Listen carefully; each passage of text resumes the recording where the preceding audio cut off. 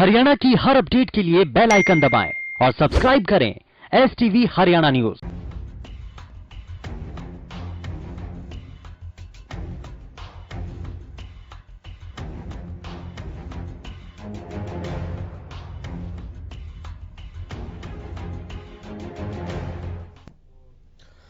नमस्कार, स्वागत है आपका। मैं हूं गौरव कुमार पांडे। किसानों को लेकर एक बार फिर से सियासी गलियारों में हलचल तेज है और यह हलचल इस तरफ इशारा कर रही है कि किसान सियासी बिसात पर महज एक मोहरा है। क्या सही में किसान महज एक वोट बैंक ही है? ऐसा इसीलिए क्योंकि सरकार की तरफ से किसानों के लिए लाए गए 3 अध्यादेशों को विपक्ष किसान के विरोध में बता रहा है, तो सरकार इसे किसान के पक्ष में बता रही है। रिपोर्ट देखिए।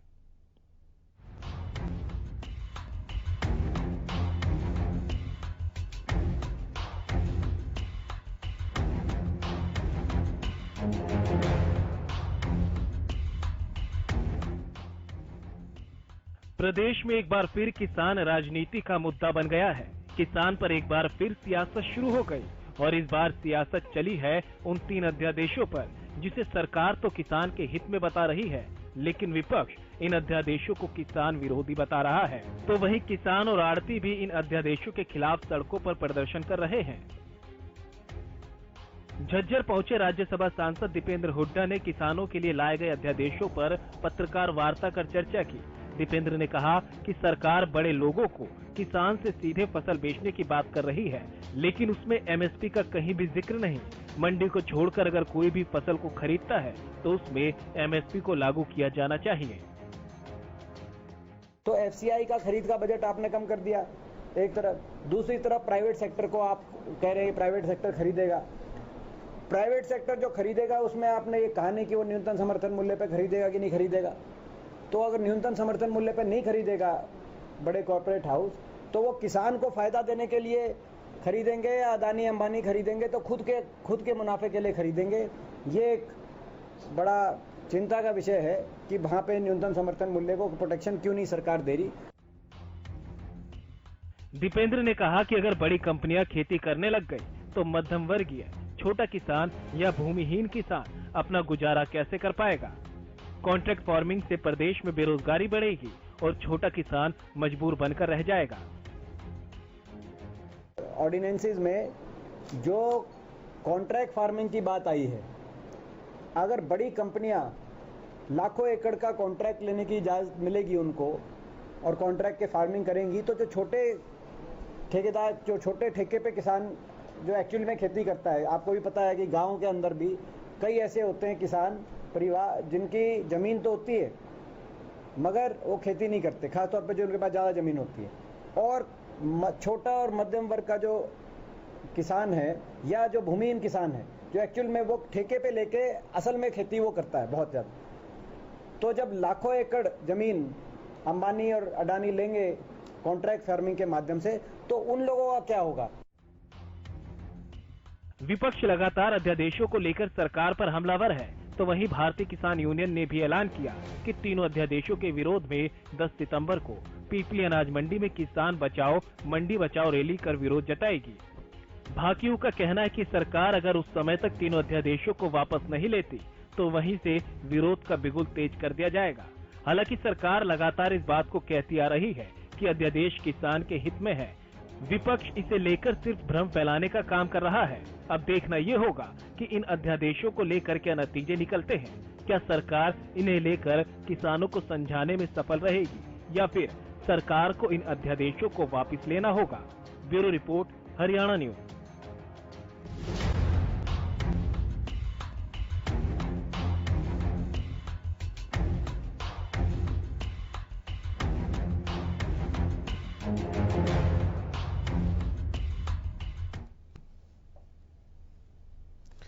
भरत साबरी हमारे संवाददाता हमारे साथ इस वक्त जुड़ गए हैं कुरुक्षेत्र से।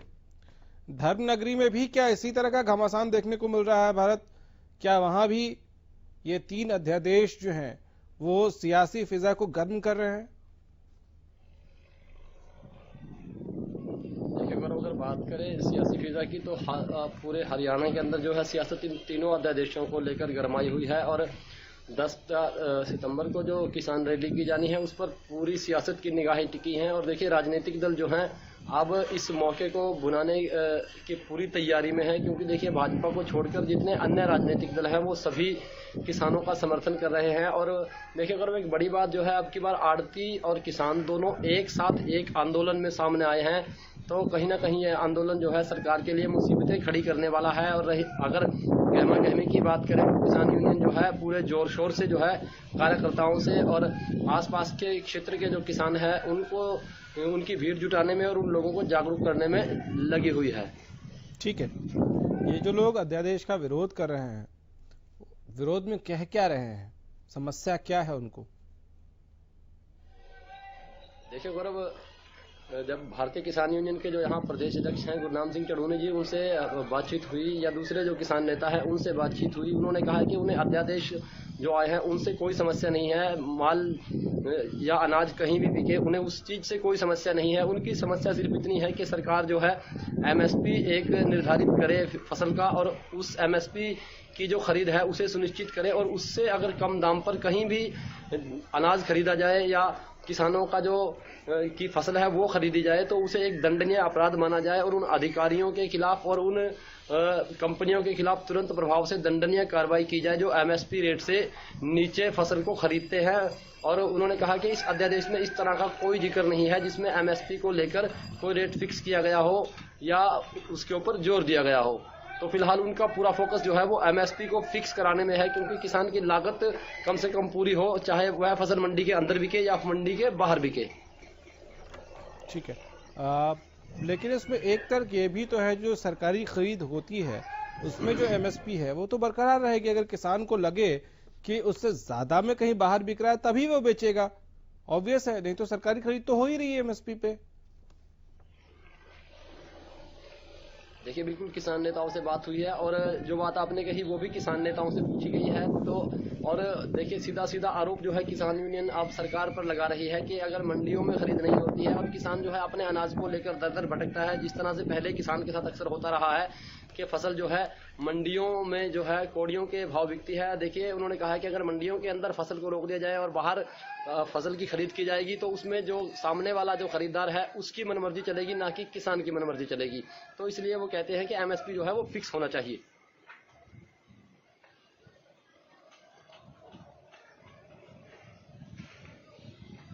वो जिनके शामिल होने की बात अब तक सामने आई है, और किस तरह की तैयारियां उसको लेकर चल रही हैं?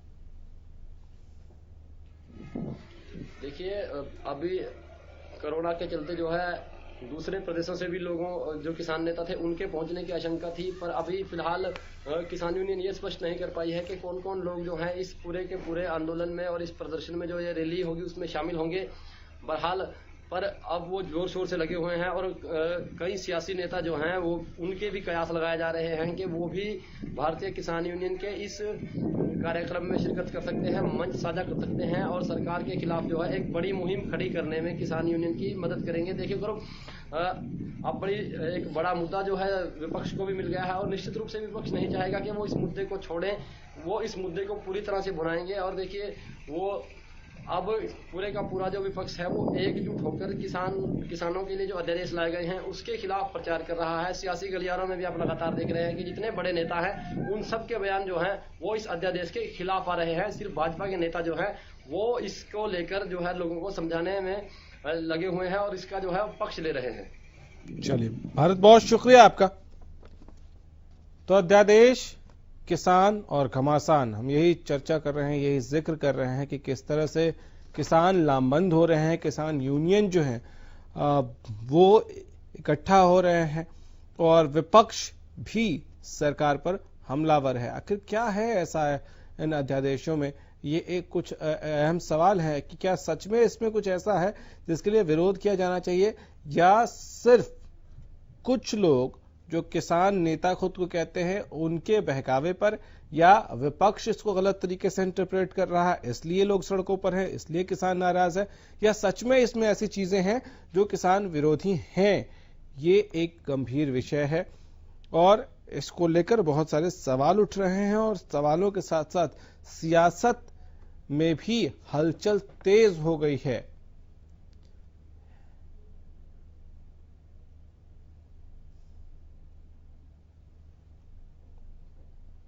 तो किसानों ने एक बार फिर से मोर्चा संभाल लिया ऐसा लग रहा है और लगातार विरोध को लेकर, विरोध कैसे करना है इसको लेकर भी मन बना रहे हैं किसान यूनियन।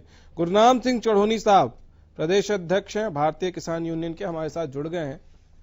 चढ़ोनी साहब, ये अध्यादेशों में ऐसा क्या है जिसके विरोध की जरूरत है? सरकार तो कह रही है कि हम तो किसान का भला चाह रहे हैं। देखिए, सरकार जो है वो जो कहती है अगर उसे पूर्व दिशा में जाना है तो वो कहते हैं पश्चिम दिशा में जाएंगे। जहां उन्होंने कहा किसान की आमदन 2022 तक दोगुनी करेंगे, वहां वो आधी भी नहीं बचेगी। और इन अध्यादेशों में जो मुख्य बात है वो ये है कि ये अध्यादेश जो WTO में हमारी सरकार चली गई है और अमेरिका के दबाव में ये MSP से भागना चाह रहे हैं। WTO में शर्त है कि किसी देश की सरकार न्यूनतम समर्थन मूल्य जो है वो वर्ल्ड मार्केट से ज्यादा उसका नहीं होना चाहिए। और अंबानी और अडानी जैसे लोगों को फायदा पहुंचाने के लिए पूरा खदान उनके कब्जे में चला जाए, उनको फायदा पहुंचाने के लिए अध्यादेश हैं। ठीक है, अब इन्होंने चढ़ोनी साहब थोड़ा सरल करते हैं इसको। क्या अभी जो MSP पर खरीद सरकार करती है, सरकारी एजेंसियां करती हैं, अध्यादेश आने से वो खत्म हो जाएंगे? बिल्कुल खत्म हो जाएंगे, वो खत्म करने के लिए ही है। अब हम इनसे एक कह रहे हैं कि आप एक अध्यादेश और ला दीजिए जिसमें आप ये गारंटी दे कि न्यूनतम समर्थन मूल्य तो आपको मिलेगा ही। अगर कोई व्यापारी न्यूनतम समर्थन मूल्य से कम पे खरीदेगा तो उसको सजा का प्रावधान हो। नहीं, ये दो अलग अलग चीजें हैं चढ़ोनी साहब, ये दो अलग अलग चीजें हैं। मैं ये पूछ रहा हूं कि जो सरकारी खरीद अभी होती है MSP पे, क्या वो सरकारी खरीद खत्म हो जाएगी? ऐसा कहीं लिखा है अध्यादेश में? जी, ऐसा अध्यादेश में नहीं लिखा, लेकिन जो शांता कुमार कमेटी की रिपोर्ट है उसमें लिखा और उसी के ऊपर ये काम कर रहे हैं। और उसके बाद आपने नितिन गडकरी जी का बयान पढ़ा होगा। नितिन गडकरी जी ने प्रधानमंत्री के सलाहकार से जो राय की है वो उन्होंने स्पष्ट किया है कि आगे के लिए चढ़ोनी साहब एक मिनट रुकिए। डॉक्टर संजय शर्मा हैं बीजेपी से, हमारे साथ जुड़ गए हैं। संजय जी, एक बात बताइए कि क्या ये अध्यादेशों में कहीं मेंशन्ड है या ये अध्यादेश जब आएंगे तो MSP पर जो सरकारी एजेंसियां अभी खरीदती हैं फसलों को वो खत्म हो जाएगा वो सिस्टम? उसके बाद सरकारी एजेंसियां न्यूनतम समर्थन मूल्य पर नहीं खरीदेगी फसल? गौरव जी, आपने बहुत अच्छा सवाल किया है और मैं आपसे निवेदन करूंगा कि जो लोग ये सवाल उठा रहे हैं वही इन अध्यादेशों में वो लाइन पढ़ करके बताएं कि जहां ये मेंशन किया गया है कि जो MSP के आधार पर सरकारी एजेंसियां खरीदती हैं, इस अध्यादेश के बाद वो खरीद बंद हो जाएगी। एक भी लाइन में या किसी लाइन से इस तरह की भावना जा रही हो तो मुझे बताएंगे तो मैं भी उस बारे में इनके साथ खड़ा होऊंगा। असल में गौरव जी हो क्या रहा है, जो भारतीय जनता पार्टी की केंद्र की सरकार है मोदी जी की, उनकी सोच ये है कि 2022 में हम कैसे किसान की आमदन दोगुनी कर सके, उसके लिए क्या क्या पग उठाए जा सकते हैं, क्या क्या तरीके अपनाए जा सकते हैं। उन तरीकों को अपनाने में ही एक मील का पत्थर ये 3 अध्यादेश है जो परंपरागत। संजय जी, आपको माफी के साथ रोक रहा हूं क्योंकि ये फिर बातें जो है वो ओवरऑल इधर उधर रह जाती हैं, इसलिए एक आज कोशिश करेंगे कि एक एक टॉपिक पर क्लियर करते चले। आपने कहा MSP जो सरकारी खरीद होती है MSP पर वो नहीं बंद होगी। चढ़ोनी साहब, फिर क्यों विरोध है? ये इन्होंने ये एक्ट 2006 में बिहार में बनाया था। फिर बिहार की बात अब कर रहे हैं, यहाँ की बात करिए ना सर। वो कह रहे हैं नहीं खत्म होगा MSP, नहीं खत्म होगा MSP मैं पर वही बता रहा हूँ जी, 2006 में बिहार में बना था। क्या वहाँ MSP आज है?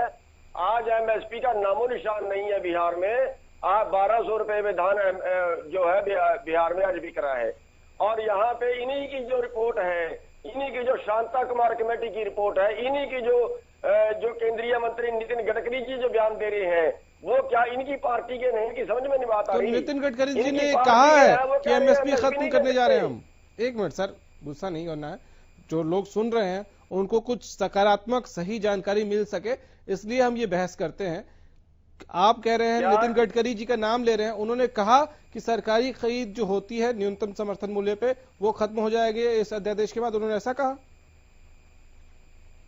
जी कहा, जी उन्होंने बिल्कुल कहा कि इससे विकृति पैदा हो रही है और ये एमएसपी पे खरीद हमें बंद करनी पड़ेगी, इससे विकृति पैदा हो रही है, उन्होंने साफ शब्दों में कहा। और जो शांता कुमार कमेटी इन्होंने बनाई थी उसने साफ शब्दों में कहा कि हरियाणा और पंजाब से न्यूनतम समर्थन मूल्य पर खरीद बंद कर दी जाए, उन्होंने स्पष्ट शब्दों में कहा।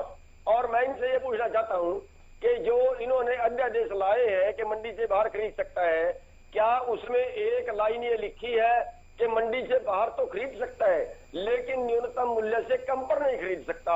ये उसमें कहा लिखा है? नहीं, मुझे एक बात बताइए चढ़ूनी साहब, अगर ये, क्योंकि ये बीजेपी के प्रवक्ता हैं और सरकार में है बीजेपी, और ये कह रहे हैं कि न्यूनतम समर्थन मूल्य पर जो सरकारी खरीद होती थी वो होती रहेगी, अगर वो रहता है लागू, अगर वो लागू रहता है तो किसान तो ऑटोमेटिकली बाहर तभी बेचेगा जब उसको जो सरकारी एजेंसियां खरीद रही हैं जिस कीमत पे उससे ज्यादा मिल रही होगी कीमत, तभी वो बाहर बेचेगा। नहीं, तो ये तो ऑटोमेटिक है ना सर। अगर मुझे यहाँ 10 रुपए सरकारी एजेंसी दे रही है तो मैं 8 रुपए में बाहर क्यों बेचूंगा? मुझे 11 रुपए 12 रुपए मिलेगा तभी तो मैं जाऊंगा बेचने। देखिए इन्होंने मंडियां तोड़ने के स्पष्ट जो है वो संकेत दिए हैं। इन्होंने प्राइवेट मंडी एक्ट पास किया है, कोई मतलब नहीं है। इन्होंने अब देखिए आप इसको तीसरी तरफ ले जा रहे हैं।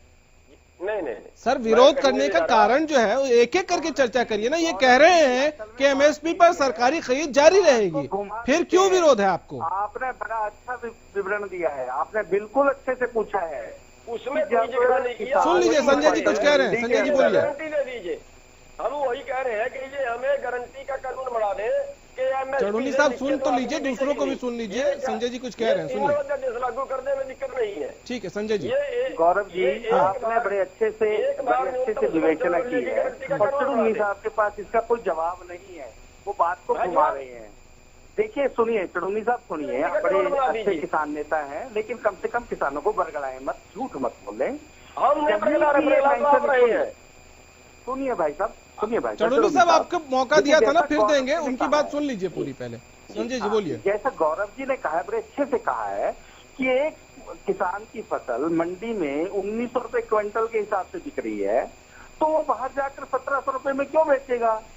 सरकार ने कब कहा कि हम एमएसपी पे नहीं खरीदेंगे? उन्होंने कहा कि एमएसपी पे तो हम जिम्मेवार हैं खरीदने के लिए, हम लेंगे आपका, लेकिन अगर आपको एमएसपी से फालतू रेट कहीं पर मिल रहा है तो आप बेचिए, आपको रोकेगी नहीं सरकारी एजेंसियां। सरकारी एजेंसी आपको ये मजबूर नहीं करेगी कि आप मंडी में आकर के बेचो। ठीक है संजय जी, लेकिन इसमें एक चीज और मैं समझना चाहता हूँ आपसे। उसका अधिकारी, उसका कर्मचारी आपको मजबूर नहीं कहेगा कि मंडी में लेकर के आओ। अगर आपको 1900 संजय जी बाहर मिलता है तो आप बेचिए। इसमें एक चीज और मैं समझना चाहता हूँ आपसे संजय जी, कि क्या अभी ऐसा कोई एक्ट है जिसके तहत किसान अगर कहीं और फसल बेचना चाहता हो तो वो नहीं बेच सकता है? इसमें नया क्या है? नहीं, ऐसा कोई एक्ट नहीं है, लेकिन तो इसमें नया क्या है? मैं बता रहा हूँ कि किसान को भंडारण की एक लिमिट थी।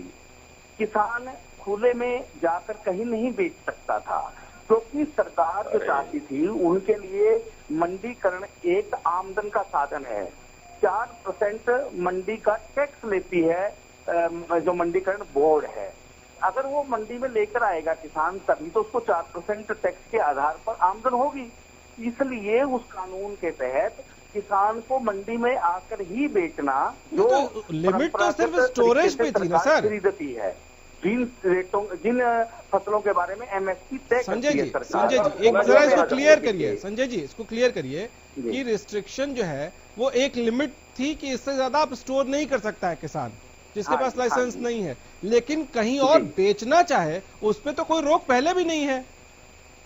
नहीं, उसमें अधिकारी तंग करते थे किसानों को। वो तो गलत तरीके से तंग किया ना सर, गैर कानूनी तंग कर रहे हैं ना। फिर मंडी के माध्यम से ही सरकार खरीदती थी, मंडी के माध्यम से ही आम व्यापारी खरीदता था, मंडी में लाकर किसान खरीदता था, व्यापारी खरीदता था, किसान मंडी में आकर बेचे, ऐसा कानून था। ठीक है, विरोध करने वाले जो लोग हैं, दूसरा रास्ता दिया है, उस कानून में संशोधन किया है कि बाहर भी बेच सकते हैं आप।